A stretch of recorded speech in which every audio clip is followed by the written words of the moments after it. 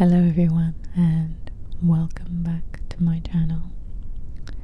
Today's true crime case is about Nikole Christina Bakoles. Her nickname was actually Niki, and she was who police named Saltair Sally until they were able to identify her. She had gone missing in Utah, and her remains were later discovered there. Her cause of death remains a mystery, but investigators believe she was murdered. Let's go back a little into her background. So, in early 1998, Niki left her family in Washington and moved to Sandy in Utah to live with her boyfriend Joel Chaudoin. Their relationship was rocky from the start, and it wasn't long before she was addicted to drugs. Having found out she had fallen pregnant with Joel's baby, she split from him and went back home to her parents in Washington. After a couple of run-ins with law enforcement, she chose to complete a drug treatment program. Niki's mother, Nancy, said she got clean and she was like a new person. In July of the same year, Joel persistently called her and implored with her to come back to him. I wonder whether, had she not been pregnant with his child, whether she would have listened to her mother and stayed put, because her mother begged her to stay and not return to that past drug-infused lifestyle, but she chose Joel. She returned and moved into an apartment with him in Midvale, Utah. 4 months later, in October of 1998, Niki gave birth to their baby girl, who they named Chloe. Niki's family visited her in Utah for the birth. Niki went back to Washington twice in '99.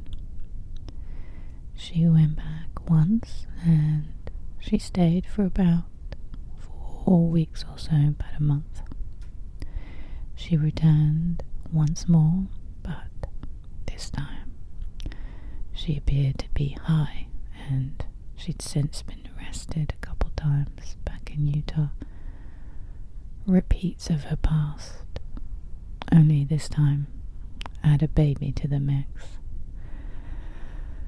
Though the last time her mother saw her, she said they'd had a really lovely time together, with Niki sharing how much joy being a mother had brought her. The last time Nancy saw her daughter had been when she took her and her granddaughter back to the airport to return to Utah in October of '99.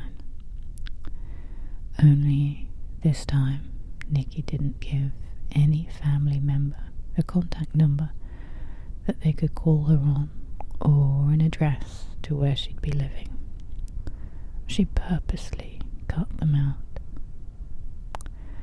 Drugs, they do us no good. Shortly into the millennium, in March of 2000, Niki rang her mum and told her that Child Protective Services had been to look at Niki's living arrangements. They were concerned about the conditions that she was bringing her baby up in. I'm sure this will have played a big role in her situation, being young, broke, dependent on drugs, and trying to care for a baby on her own. Such unjust circumstances. I can't help feel that removing Niki out of that situation, allowing her to keep her baby with her, which she would have wanted, and getting her the help that she so deserved, would have had the most positive outcome. I don't know whether that support system was offered in dire situations such as these. Help isn't always wanted or even accepted. Unfortunately, that wasn't the case. The following day, there was a hearing to determine what was best for her baby, and sadly, they took her away. She was fostered temporarily, and eventually it was the paternal grandparents who were given guardianship of the then 1-year-old. It will have been a devastating blow to her to lose custody of her child. Additionally, and unsurprisingly, she and Joel were evicted from the premises, and tragically, that was the last time anyone ever heard from her or even knew of her whereabouts. Joel appeared to be the last person to have known of her whereabouts up until the 15th of March of that year 2000. They moved into a cheap hotel near 3300 South and Main Street in South Salt Lake, as they had nowhere else to go, and predictably, with such a huge loss, they struggled to get along with one another. They had an explosive argument, according to him, and he walked out. Apparently. Allegedly. Obviously, the most likely thought we all have is that things got out of hand and he killed her, but we don't know that for certain yet. He could have stormed off, abandoning her. She could have got herself mixed up with someone else unknown. Her family explained that after she lost custody of her baby, of Chloe, and after she was kicked out of her apartment with Joel, the tension had become so intense between her and her parents that she cut contact with them and her whole family. It had just all been too much for her.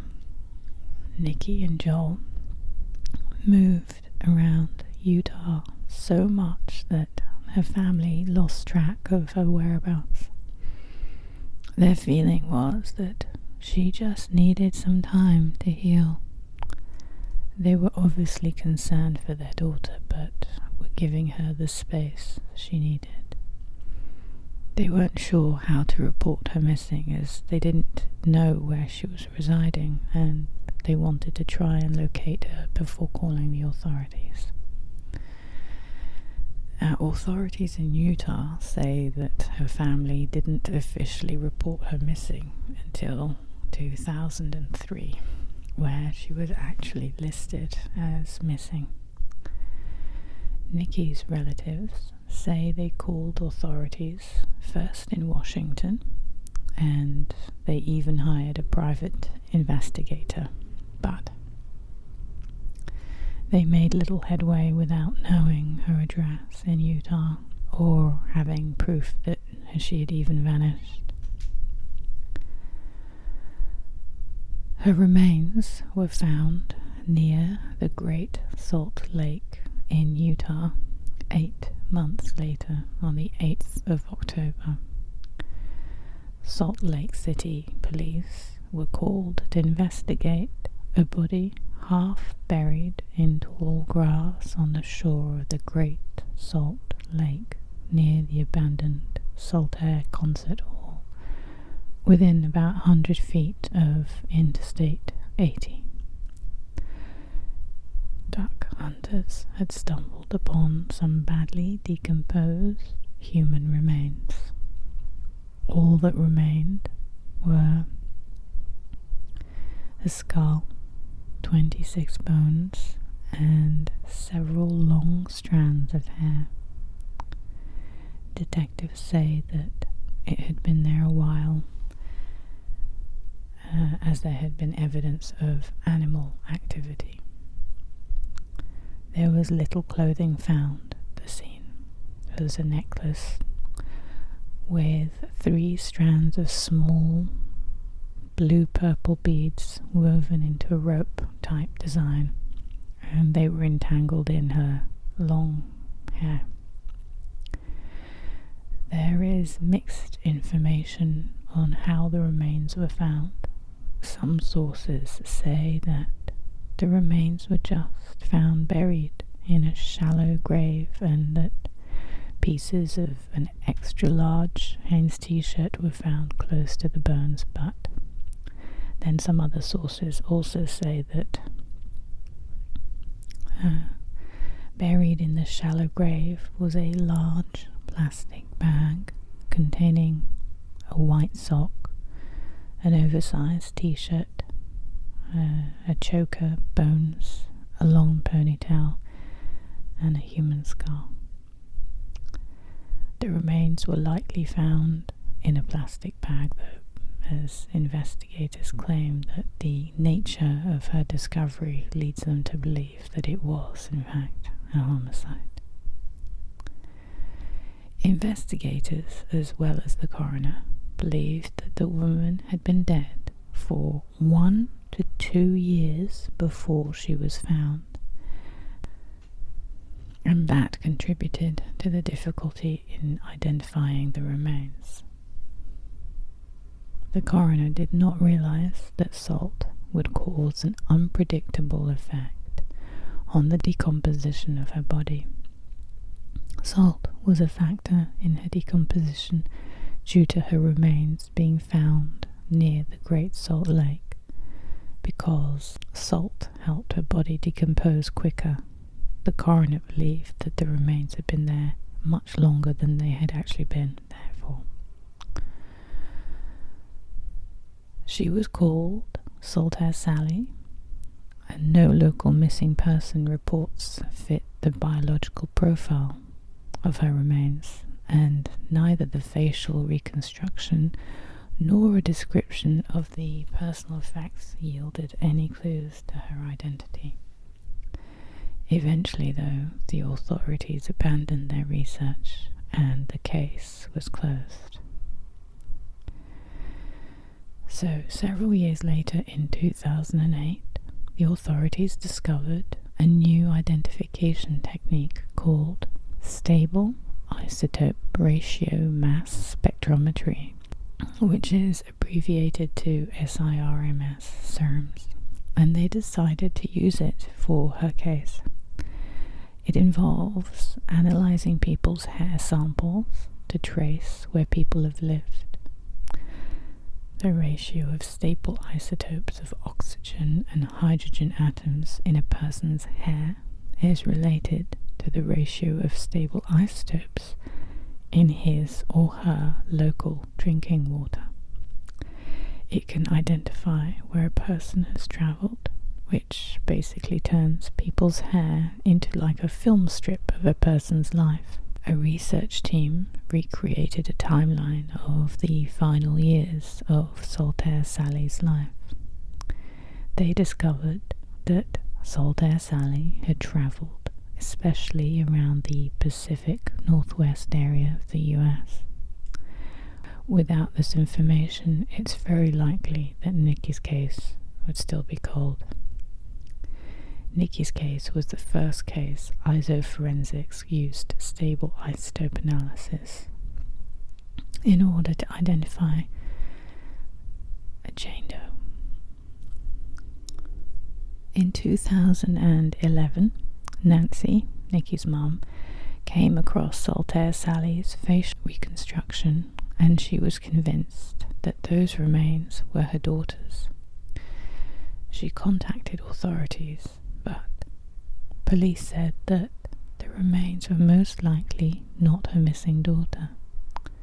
They said this because Saltair Sally's height, weight, hair colour and the time of death just didn't match Niki's description. The main reason, though, was the time of death. The coroner listed Saltair Sally's date of death prior to the year of Niki's disappearance, and therefore the police dismissed the possible connection. Niki's family members also noted that all of the facial reconstructions made of Saltair Sally barely resembled Nicole, which only made her identification more difficult than it already was. Saltair Sally also had a congenital defect in her upper vertebra, and it was not known if Niki did. Despite that, Nancy had been fighting with law enforcement for a very long time, trying to get them to do a DNA test on her because she strongly believed that Saltair Sally was, in fact, her daughter. Eventually, they did compare Saltair Sally's travels in the Pacific Northwest to Niki's case, and Saltair Sally's isotope analysis showed that Saltair Sally had travelled from Utah to Washington frequently, which did fit the circumstances in Niki's case. Authorities then took DNA samples from Nancy, from her mum, and in 2012 the results came back as a match, identifying Nikole Bakoles as Saltair Sally. Now, her mother claimed that Niki had been seeing an older man in Utah. The general feeling is that the likelihood of finding out who this is pretty slim, if indeed there was another older man that she was seeing at the time, other than Joel. Nancy also believed that Niki had been working in a local restaurant, but again, which one she was working at is unclarified. Could anyone come forward who knows more about who this other man was, if he even exists, and where she had been working? These could all bring us closer to much needed answers to her case. Police believe she was murdered either elsewhere or at the remote location she was found. It's a 20-minute car drive from the hotel where she was staying at to where her remains were discovered along Interstate 80. It is said to be a very secluded area, making it a prime location to dispose of remains and not be seen. It is, of course, possible that her death was not a homicide. She was involved with drugs at the time of her death, and some believe she may have just overdosed at the location she was found, or that she overdosed at a different location, and not wanting to get wrapped up in her death, someone left her at Saltair. However, detectives are pretty certain that her death was a homicide based on the manner and condition her remains were in. In 2001, a man from Salt Lake City told police in California that he had killed 6 people in 1998 and buried their bodies near Saltair, but his claims have never been proven to be true. So UPD says detectives have reopened the case but have no suspects. Authorities have already questioned her ex-boyfriend Joel, but he isn't considered a suspect in the case. There isn't an explanation to why. It may simply be because they just don't have enough evidence. Since her death, he's been in and out of prison for the past decade. On November the 10th, 2019, he was sentenced to 4 years in prison after pleading guilty to possession of heroin, violating a no-contact order, and residential burglary. He pleaded guilty for the dismissal of the separate case in exchange. He was arrested in August of 2019 on a warrant for first-degree burglary.